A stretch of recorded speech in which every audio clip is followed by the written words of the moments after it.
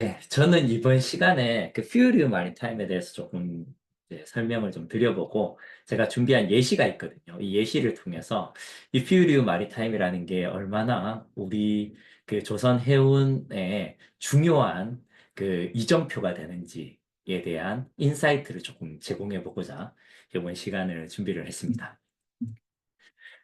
자, 그 페이퍼를 보셨던 분도 있을 수도 있고, 이제 못 보셨던 분들도 있을 수 있는데요.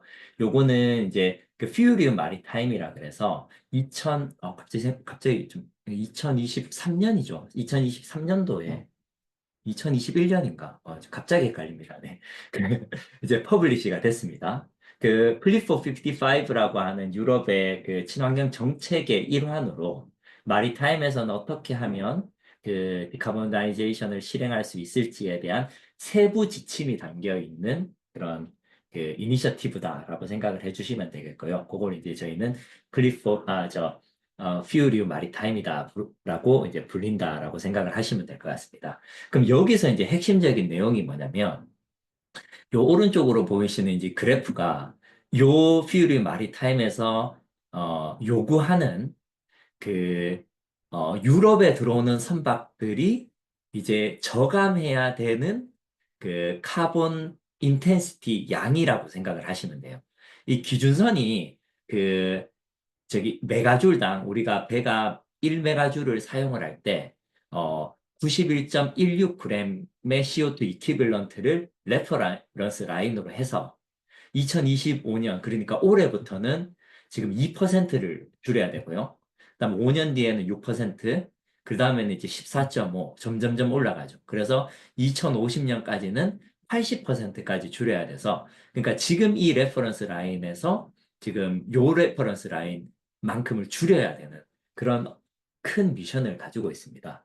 그리고 또 한 가지 중요한 특징은 뭐냐면, 이 퓨리 마리타임은 기존에 이제 우리 ETS 그 이미션 트레이딩 뭐 시스템이나 뭐 EOI, EDR 이런 것들은 다 탱크 투 웨이크 계산 방식을 썼었어요. 그러니까 배에서 그냥 나오는 이미션을 그냥 연료 소모량의 팩터 곱해서 어느 정도 나온다. 그러면 돈 내라 말아라. 뭐 이런 식으로 이제 했다면 이 퓨리 마리타임은 웰투 탱크 개념을 적용을 합니다. 그러니까 전과정 환경평가 개념이 도입이 된 거죠. 그러니까 단순히 배에서 나오는 양뿐만 아니라 연료가 생산돼서 그 본선에 벙커링 되는 그것까지 카운팅을 하겠다라는 거죠. 그래서 훨씬 더 범위가 넓어지고 디테일해졌다라는 특징이 있습니다. 그래서 이제 저는 이거를 어떻게 어, 생각을 하냐면은 정말 쇼핑 인더스트리의 새로운 이제 패러다임이 될 거고, 그리고 이 그 규정을 만족하기 위해서 정말 다양한 그 뭐 슈빌딩 그 쇼핑 그 섹터 그 마켓 섹터에서 변화가 일어나게 되고, 그 임팩트가 결국은 게임 체인저 역할을 하게 될 것이다 라고 저는 생각을 합니다. 그렇기 때문에 퓨리우 마리타임을 모르고는 슈빌딩이나 사실 쇼핑 섹터에서 뭔가 앞으로의 좋은 기여를 하기에 좀 한계가 있다라고 생각을 해주셔도 네, 과언이 아니다라고 생각을 하시면 될 것 같습니다. 자, 이렇게 모두의 이렇게 큰 임팩트가 있다라고 말씀을 드렸는데, 뭐 여러분들께서 뭐 동의를 하지 않을 수도 있을 것 같아서 제가 케이스 스터디를 하나 가지고 왔습니다. 네, 이 케이스 스터디는 뭐냐면, 뭐, 요런 컨테이너 배가 있다고 뭐 가정을 해봅시다. 그리고 이 배가 이제 유럽을 이제 기항을 하는 거예요. 이게 퓨리 마리타임이 유럽을 기항하는 선박들에게, 부여하는 이제 페널티이기 때문에. 그리고 이제 요 배가 뭐 1년에 뭐 HFO를 한 12,000톤 정도 쓰고, 이제 MGO를 한 뭐 1,400톤 정도 쓴다라고 가정을 했을 때, 그러면 이 배가 그 퓨리 마리타임을 적용을 하게 되면 카본 인텐시티는 어떻게 되고, 그 다음에 뭐 페널티는 어떻게 되는지를 저희가 한번 계산을 해보도록 하겠습니다. 이제 계산을 하려면 이제 계산식을 알아야 되잖아요. 그죠? 근데 계산식이 이렇게 돼 있어요. 뭐, 조금 복잡해 보일 수 있지만, 네, 전혀 복잡하지 않습니다.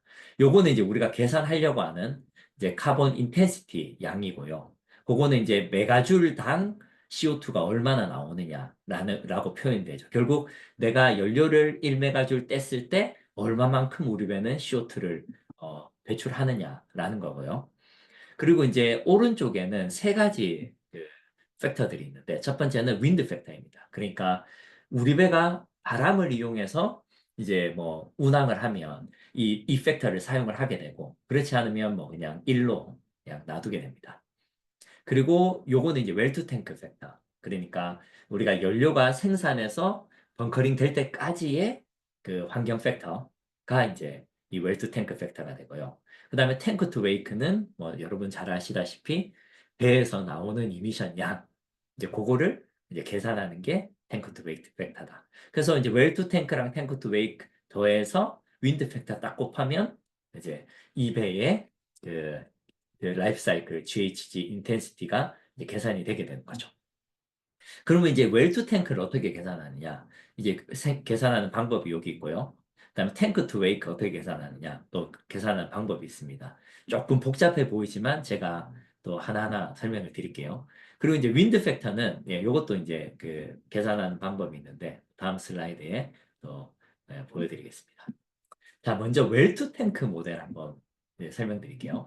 웰투 탱크 모델은 크게 보면 이제 두 파트라고 보시면 돼요. 첫 번째는 연료 소모량에 대한 그 왼쪽에 있는 그 파란색 파트가 있고, 오른쪽에 이제 온쇼어 파워 서플라이에 대한 게 있는데, 이게 뭐냐면, 우리 저 유럽항에 가면 이제 그 발전기 그 계속 돌리면 포트에서 이 이미션 나오잖아요. 이제 그런 거 싫어하잖아요. 그러다 보니까 그냥 쇼어 파워를 연결해가지고, 이제 육전으로 이렇게 그 선박 그 내부 그 파워 리퀘어먼트를 이제 충당하도록 하는 게 이제 우리 그 콜드 아이러닝이라 하던가 뭐 하거나 아니면 이제 온쇼 파워 서플라이라고 하고 이제 그걸 적용하는 경우에 이제 요거를 이제 사용을 하고 근데 그거 말고 요거 플러스 실제로 우리 배가 이제 사용한 연료량에 대한 거는 이제 요렇게 돼 있다고 보시면 됩니다. 요게 뭐냐면 어 요게 이제 연료 소모량이고요. 뭐 1년치면 1년치. 그리고 거기에 따른 웰투 탱크 카본 팩터고, 그다음 거기에서 이제 이게 히팅 밸류예요. 그 로칼로리픽 밸류. 그러니까 연료량에다가 이제 메가줄로 바꿔야 되니까 이제 히팅량으로 넣고, 그다음 분모는 똑같이 그 연료 소모량의 히팅 밸류에 이제 리워드라 그래서 이제 요게 그 뭐죠? 우리 바이오 퓨일이나 이런 거 쓰면 그 바이오 퓨일도 어떤 퓨일인지에 따라서 좀 다르거든요. 이 그 LCA 값이. 그래서 거기에 이제 리워드를 값을 뭐 주느냐 마느냐 뭐 그런 간단한 이제 뭐 코렉션 팩터 정도라고 생각하시면 될 것 같아요. 그래서 일단 우리 케이스 베스를 놓고 봤을 때 그냥 육전 안 쓴다라고 생각을 하면 좀 심플해지죠. 그죠? 그랬을 때 여기 HFO 제가 아까 말씀드린 대로 이 배가 HFO 12,000톤 쓸 거고 MDO 이제 1,400톤 쓴다 했잖아요. 그럼 이제 연료 두 개잖아요. 그럼 이제 연료 두 가지로 이렇게 분류를 해서 계산을 해야 되겠죠. 만약에 이제 HFO를 쓴다. 그러면 이제 이게 12,000톤 들어가야 되겠죠. 그리고 그러면 HFO에 대한 CO2 팩터는 뭐죠? 여기 웰투 탱크 팩터가 13.5죠. 요게 퓨리 마리타임에서 이미 디폴트 값으로 웰투 탱크 밸류랑 탱크 투 웨이크 밸류를 제공하고 있습니다. 그래서 우리가 별도의 그 뭐 이미션 팩터 값이 없으면 그냥 이거 쓰면 되거든요. 요거 이제 집어넣고 그다음에 히팅 밸류도 있어요. 여기 보면. 그렇죠? HFO에 대해서 그냥 넣으면 돼요. 그리고 이제 MDO는 1,400톤이니까 MDO 넣고 그다음에 MDO의 그 저기 뭐죠? 웰투 탱크 팩터는 14.4. 거기에 이제 히팅 밸류 요거 집어넣고 그러면 이제 이렇게 되는 거죠. 그죠? 요게 이제 HFO에 대한 거 이제 시그마 있었으니까 플러스 MDO에 대한 거 그다음 리워딩은 그냥 뭐 무시하고 그냥 1이다 하면 어떻게 되냐면 웰투 탱크의 이배의 웰투 탱크 그린하우스 가스 인텐시티는 13.6 CO2 이퀴밸런트 per 메가줄이다. 이렇게 이제 계산이 됩니다. 쉽죠? 그러면 이제 다음으로 탱크 투 웨이크는 어떻게 계산해야 되는가? 여기 좀 복잡해 보일 수 있습니다. 그렇지만 네, 복잡하지 않습니다. 이 슬립이라고 되어 있는 얘네 있죠. 얘네들은 메탄 슬립 얘기하는 거거든요. 그래서 LNG 안 쓰면 무시가 가능합니다. 그래서 그냥 LNG 안 쓴다. 우리 DO하고 MGO만 쓰니까 HF하고 MGO만 쓰니까 이렇게 버려버려요. 그러면은 또 심플해졌죠. 자세히 보면 또 똑같아요. 여기 이제 연료 소모량이고요. 그다음 카본 그 팩터죠. 그 팩터. 그다음에 이제 연료 소모량의 칼로리픽 그 밸류랑 리워드 값. 똑같죠. 그죠? 그랬을 때 우리가 이제 HFO의 경우에 여기 탱크 투 웨이크 또 값 있죠, 여기. 얼마인지 여기 집어넣으면 돼요. 그쵸? 그다음에 뭐 이제 똑같이 칼로리픽 밸류 요거 그냥 또 맞춰서 집어넣으면 되죠. 그랬을 때 이제 탱크 투 웨이크 칼큘레이션 모델도 이렇게 이제 계산이 되는 거죠. 연료 소모량에 우리 요거 탱크 투 웨이크 팩터 넣고 그다음에 요거 MDO인데 네 죄송합니다. MDO에 요 값에 그다음에 이제 MDO 팩터 넣고 그다음에 여기 이제 칼로리픽 밸류에 리워드 넣으면 요렇게 이제 계산이 되거든요. 요게 뭐 말씀드린 대로 탱크 투 웨이크 그린하우스 가스 이미션 인텐시티라고 이제 생각을 해주시면 되겠습니다. 그리고 마지막 팩터가 이제 윈드 팩터였잖아요. 윈드 팩터는 말씀드리는 것처럼 윈드 프로포션을 하면 이 팩터들 값이 이제 낮아져요. 그러니까 이 값이 낮아진다는 거는 인텐시티 값이 낮아지니까 그만큼 그 뭐 발생하는 CO2 양이 작아진다는 뜻이죠. 요거는 이제 어떻게 계산하냐면 일단 전체 2배의 이제 출력에다가 윈드로 감당하는 퍼센테이지, 그러니까 뭐 5%면 이 윈드 팩터가 이제 0.99가 되는 거고 10%면 뭐 0.97이 되고 15% 이상이면 0.95가 된다라고 보시면 됩니다. 그래서 요 팩터 때문에 사실 조선소나 뭐 이런 선주들도 좀 윈드 프로포션 시스템에 대해서 좀 관심을 좀 많이 가지기 시작을 하고 있습니다.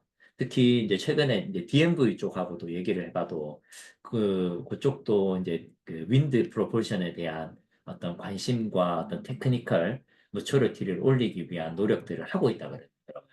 그리고 십 오너들도 이런 팩터 때문에 그 윈드를 조금이라도 사용을 하려고 하는 그런 움직임들이 있다라고 또 생각을 해주시면 좋겠습니다.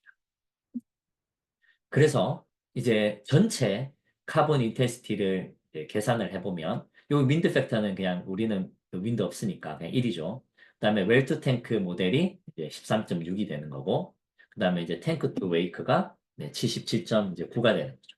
그랬을 때 딱 최종 그 웰투 웨이크 이미션 값은 91.50의 CO2 이퀴밸런트 퍼 메가줄이라는 거예요. 그러니까 쉽게 말씀드리면 이 배가 올 한 해 서비스를 했을 때 엄청나게 연료 소모량을 했을 텐데 연료 1메가줄당 91.5g의 CO2를 배출했다. 배출하는데 기여를 했다라고 보시면 되겠습니다. 그러면 이제 이게 이제 앞으로 어떤 임팩트를 가지느냐를 알기 위해서는 저 값이 주는 이제 페널티를 또 계산을 해봐야 되겠죠. 이 페널티 계산하는 방법이 이렇게 돼 있거든요. 어떻게 되냐면 타겟 인텐시티가 있고 그다음에 액추얼 값을 이제 빼요. 그러면 이제 그 차이가 남겠죠. 그리고 이제 분모에다가 액추얼 값을 넣고 그다음에 요거는 이제 실제로 연료 사용량 양을 넣고 요거 이제 코렉션 팩터거든요. 그래서 이제 넣게 되면 그러면 이제 우리가 연도마다 이 타겟이 달라지잖아요. 아까 말씀드린 대로 이제 2025년도는 이제 1.98%만 이제 줄이면 되는 거고 2030년 되면 이 타겟이 이제 올라가고 그래서 이 페널티 양이 이제 바뀌게 되죠. 그랬을 때 요 얘기를 좀 해야 되겠네요. 이 도대체 2,400분의 4만 천 이건 뭐냐? 네, 궁금하실 수 있을 것 같아서 네, 제가 적었습니다. 이게 뭐냐면 2,400은 그 돈이라고 생각하시면 돼요. 이게 유로고요. 이게 4만 천 이게 뭐냐면 메가줄이거든요. 이 메가줄이 1톤의 그 로서퍼 퓨일 오일이라고 보시면 돼요. 그러니까 1톤의 퓨일을 이제 소모할 때 그 뭐 배출을 할 때 그 부과해야 되는 그 유로가 2,400 유로다라고 보시면 돼요. 그러니까 그걸 초과하게 되면 이제 그만큼의 이제 돈을 이제 내게 되는 거죠. 네, 이해가 되셨기를 네, 바랍니다.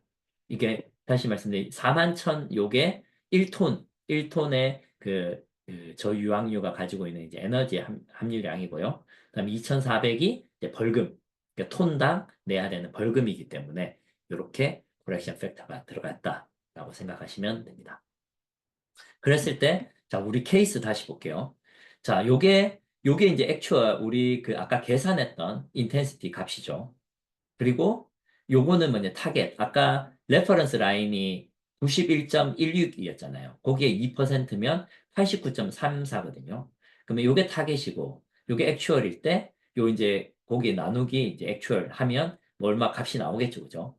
그러면 그 값에다가 요거 이제 연료 소모량, 그리고 이제 저 뭐죠, 그 칼로리픽 밸류, 요거 두 개 하면 거기다가 이렇게 돈, 코렉션 팩터 넣으면 올 한 해 2배가 내야 되는 벌금이 매겨지게 됩니다.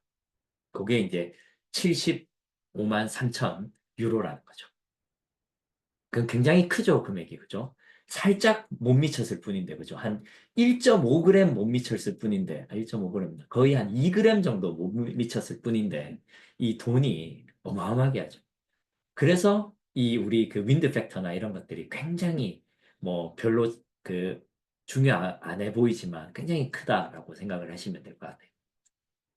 그리고 더 큰 문제는 뭐냐면 이제 보시는 것처럼 이제 2025년도는 이 정도지만 이 그 연료를 그대로 사용을 하잖아요. 그러면 이제 그 타겟도 올라가게 되기 때문에 그 페널티량이 약간 기하급수적으로 올라가게 됩니다. 그래서 2050년이 되면 뭐 부과해야 되는 금액이 뭐 그냥 10배 이상으로 이제 점프를 하게 되는 거죠.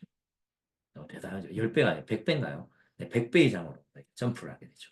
그렇기 때문에 선주들은 이거를 리질리언스가 없어요. 그러니까 선택이 없고 무조건 만족을 시키거나 아니면 패선을 하거나 아니면 유럽을 안 들어가거나 뭐 이런 그 수단과 방법을 찾지 않으면 생존할 수 없다라고 생각을 해주시면 될 것 같습니다. 제가 얼마 전에 그 저희 저기 조선소랑 그 뭐지 그 해운회사들 다녀갔잖아요. 거기서 이제 펜오션 우리 팀장님 오셨었는데 그때 그분이 이 퓨르 마리타임 대응팀이라고 하시더라고요. 그러면서 본인 배들도 지금 이거 페널티 계산을 했는데 제가 계산한 거랑 좀 비슷하게 그쪽 그 배들도 나온 것 같아요.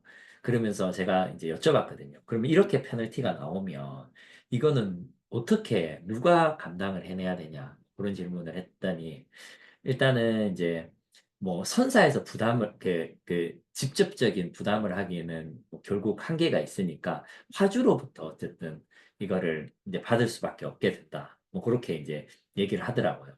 그럼 결국 이제 물건값이 올라가게 되겠죠. 그러면 이제 우리의 삶도 네, 조금 더 네, 힘들어지는 네, 그런 게 없지 않아 있지 않을까라는 생각이 듭니다. 어쨌든 굉장히 중요한 지금 지금 트랜지션인 페이즈에 있다라고 생각을 하시면 되고요. 근데 이제 또 여러 가지 또 옵션들이 있기는 해요. 이 페널티를 피할 수 있는 방법들. 첫 번째로 이제 가장 유력한 방법이 뭐냐면 풀링 메커니즘이라고 하는 건데요.